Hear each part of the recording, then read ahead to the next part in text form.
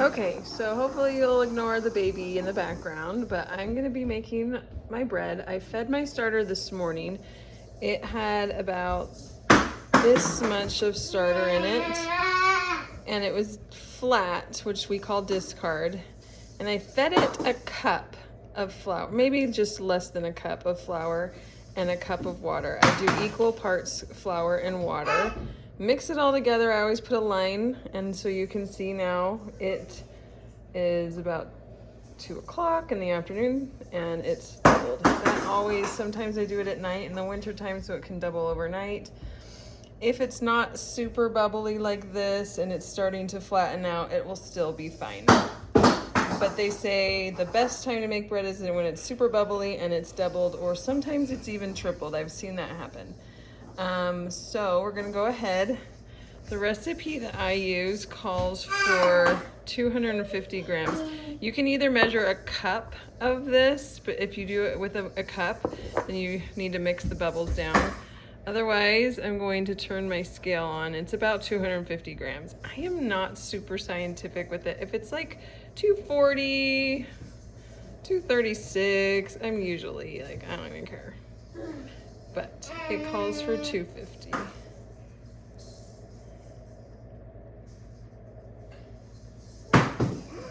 Oh, there you go. Do I feel like taking a little bit out? Maybe I will, just because.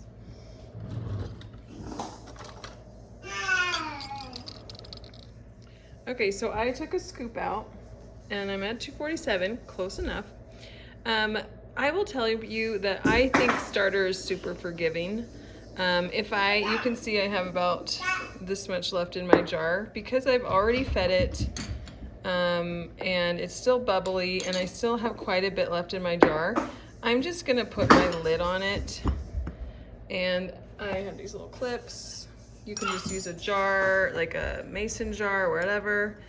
And I'm gonna put this in the fridge for the next time I'm gonna make bread. I feel like there's enough here and it's active.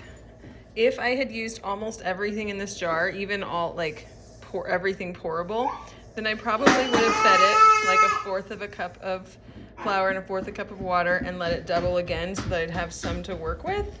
But I feel like that is enough, so I will just put that in my fridge till the next time I make bread. I'll pull it out and beat it the morning or the night before. Okay, so the recipe I'm using calls for 735 grams of water. So I'm gonna tear it out so that it goes to 0 again. And the important thing to remember, I have filtered water. You just wanna use something that doesn't have any chlorine in it. So tap water, if you want to use your tap water, you can. You just have to let it sit on the counter for a bit. Like if I poured it in here, just let this sit on the counter for like an hour. The chlorine is said to evaporate. So we're almost to 735. Oh, that'll be good enough. You can tell that this starter was really active because it's floating on the water. That's something you can use as a test, is if your starter floats. But I have heard other people say that it won't, not fully active starter will work too. So I just mix it with my hand until it's milky.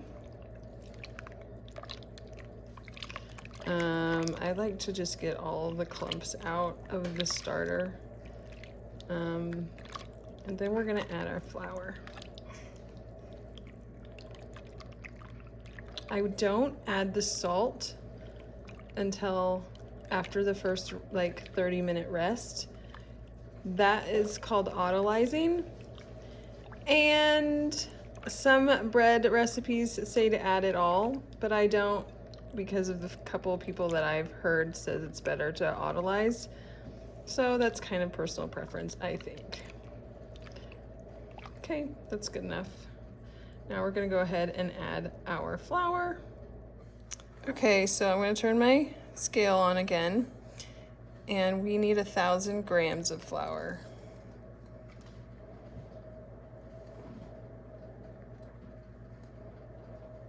Let's see if I put enough in this bowl. Might need to scoop some more in. Yep, okay.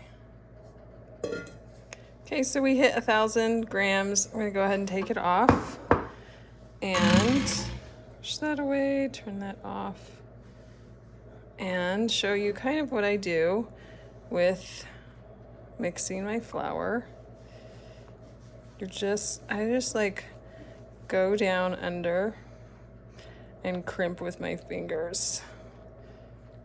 And then turn the bowl,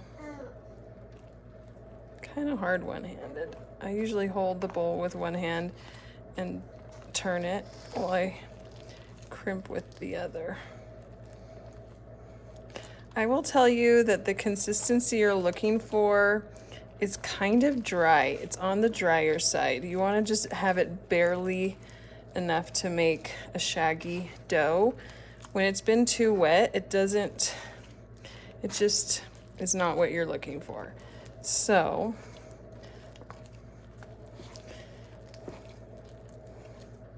I just scoop up, kind of fold as I go. Takes about 2 to 3 minutes. I'm gonna put this down and come back to you in a second. Okay, so I am going like this. And it almost looks at this point like we're not gonna have enough water because it's super dry. But if you just keep working it, it's kind of what we're still looking for. It's just like on the drier side. I think sometimes some flours absorb the water differently, and maybe even in the environment. So if you feel like you need to adjust the amount of water in your recipe, then go for it. I have found being on the drier side is usually better for the end result.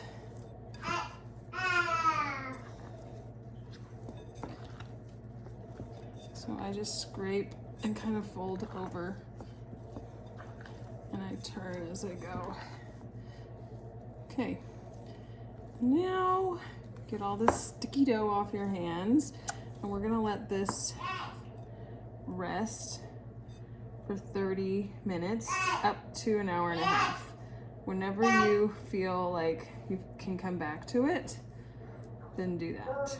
It's not like an exact time, it's just like a resting period. And I just put a plate over it, over the top of the bowl. And then when we come back, we're going to add our salt and do our first stretch and fold. I haven't let it rest yet in case you wanted to see what a shaggy dough looks like. It just looks, this is how mixed it got. And then I put this plate on top. Now we rest. Okay, it's been sitting for about an hour, and it may have risen a little bit. If you don't notice much of a rise, that's fine. We're gonna add the salt. I will tell you that one time I forgot to add the salt completely. I was just about to bake my bread, and I was like, these are gonna taste terrible. I added this, dumped the loaves back into a big bowl, added salt, did kind of like mixed it all up, reshaped the loaves, let them rise again, baked them, still tasted fine. Somehow this sourdough bread is very forgiving, and maybe it doesn't always rise as much as you want, but just so you know. So I have a tablespoon of salt. Please use some kind of sea salt, because iodized salt is just not even very good for you. Doesn't have the minerals in it. But this is French gray salt. You can just use any kind of Celtic sea salt or whatever. Just sprinkle it over the top. This is a tablespoon. It's about 25 grams. It's close enough for me to just always plan on doing a tablespoon. Did I say teaspoon or tablespoon? You're gonna wet your hand and crimp it in. Sometimes they say pinch or crimp. You just kind of go like this. And just get it really deep down in there. And then you can keep wetting your hand just so that the dough doesn't stick to your hand as much. But you just kind of squeeze it like this. And then you're going to do your first set of stretch and folds. And that is just just scoop down the side, pull up, and fold over. Pull up, fold over. You can do a lot. I've seen other people just go like this. Oops, just go right to the middle. I've seen some people do a big pull and then stretch it over. Technically you're supposed to do this 3 or 4 times. If you do at least twice, okay. So when you're doing one series of stretch and folds, you want to go around the bowl a couple of times.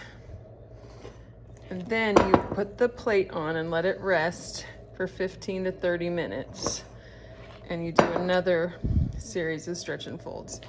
If you can do at least 2 sets, then you're good.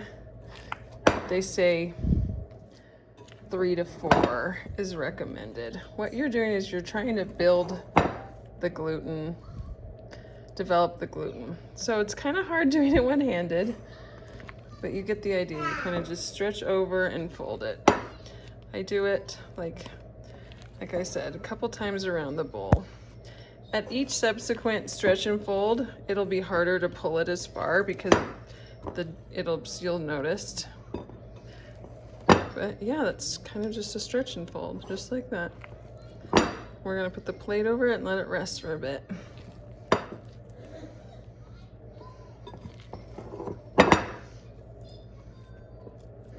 Okay, so this is gonna be my 4th stretch and fold. I've done it every about like 15 to 30 minutes. I'm gonna wet my hand, do one more stretch and fold. Hold it, guys. Hold it. No.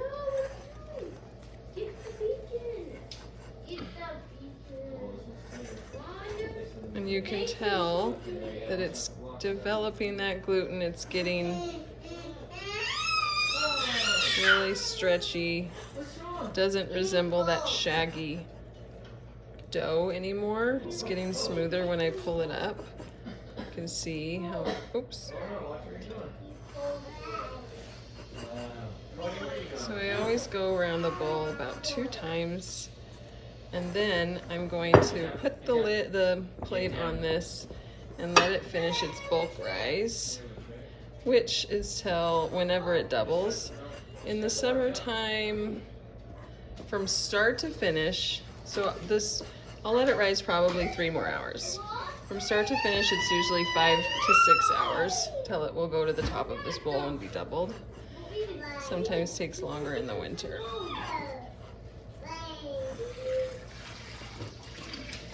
Okay, that's pretty good. So we'll put this plate on it, come back in about 3 hours. Okay, so this rose above double, so it's over doubled, it's fine. I'm gonna slowly pull it off, kind of gently, but it's fine, whatever. Okay, so we're gonna dump the dough out on, I always do this on my counter, and I'm gonna cut it in half with a bench scraper. This is my bench scraper. If you don't have a bench scraper, you can just split it with like a knife, whatever you have.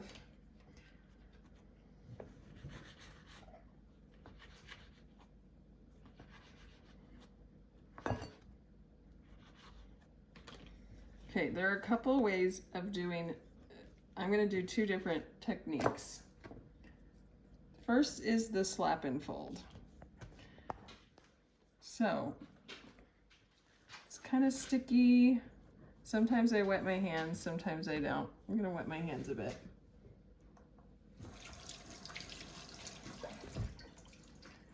Okay, so for the slap and fold technique, the whole point is building tension. You're just gonna grab it, slap it down, fold it over. Grab it, slap it down, fold it over. And you're gonna start seeing this skin forming on the top of your bread. your loaf.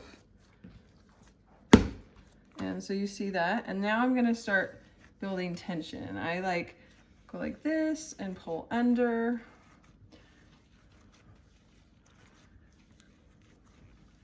I'm just tucking my fingers under. There's kind of like cupping and tucking under.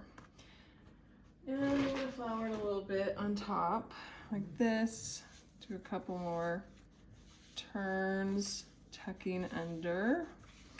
And you'll see that there's this kind of this nice top forming of skin. If your skin like breaks, it's kind of hard to get it back. You can work it, but I find like working it more ends up being worse. So the least amount of working that you can do, the better. I flour my top, I flour in my Banneton basket, and then I just flip it over, pop it in there, and I'm gonna cover that with saran wrap and put it in the fridge. You can put it in the fridge for overnight, up to 24 hours. This is called the cold proof. Usually 1 to 2 hours in the fridge is fine. Or if you want to bake sooner than that, you can leave it on the counter. But cold proofing is better because it helps it keep its form. So that's what they say, like in the fridge. Okay, so with my other dough, I'm gonna show you another technique.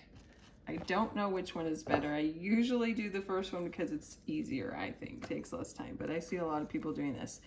This is, I don't know what to call it, but you just stretch out your dough as thin as you can go without making breaks.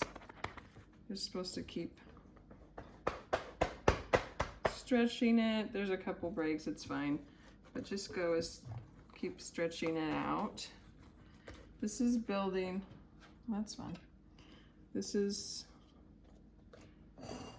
then you take it and you fold it over. You take this one, fold it over that way, and then this you roll up. Okay. That's supposed to help you get that skin. I don't like this way as much because I'm even seeing, like, as the slap and folds, I'm not seeing the skin that I like to see. I'm gonna make it a little less sticky by putting some flour on it. And then you just kind of start doing your rolling, you're forming your bowl. B-O-U-L-E. I think it's pronounced bowl. So it's getting still sticky. I'm gonna just stick that under there. Cup, pull back, a little bit more flour. Building that tension. Kind of tucking under. Pushing away from you, pulling back and tucking under. Okay, so that skin that I had forming is starting to crack, so I know I need to stop right now. Not go anymore. Again, I'm just gonna flour a little bit on top and then flour my Banneton basket. Flip it, and there you go. And I'm just gonna put saran wrap on top of these and put them in the fridge overnight. Okay, it's the next morning. I always put a cookie sheet in my oven so it will prevent burning the bottom of my loaf. And then you stick the Dutch oven in there to preheat. We preheat 450. And you can preheat it for up to an hour. I just preheat it for as long as it takes for it to heat up to 450. I took my Banneton basket out of the fridge. This is what it looks like now that it's cold proofed in the fridge. You can do a cold proof for 2 hours up to 24 hours in the fridge. And I just flip this over, see if I can do this one-handed, onto parchment paper. Oh, that's pretty good. Okay, and then you're going to use your lame, or if you just have a razor blade, And you're gonna make any kind of mark. I've seen so many different kinds. It really doesn't matter what you do. It just needs to have a place for the steam to release. I've seen stars and hearts and Christmas trees and all sorts of stuff, or then there's like the fancier things.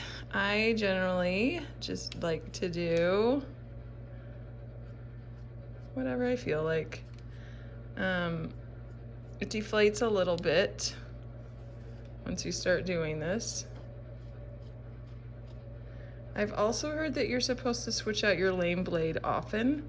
This is the same blade I've had for like, I don't know if it's even been a year, but yeah, and then we're just gonna stick this, when it's preheated, we're gonna stick this right in the Dutch oven and bake with the lid on at 450 for 30 minutes, and then with the lid off for like 8 minutes. I'll show you what it looks like when it's all finished.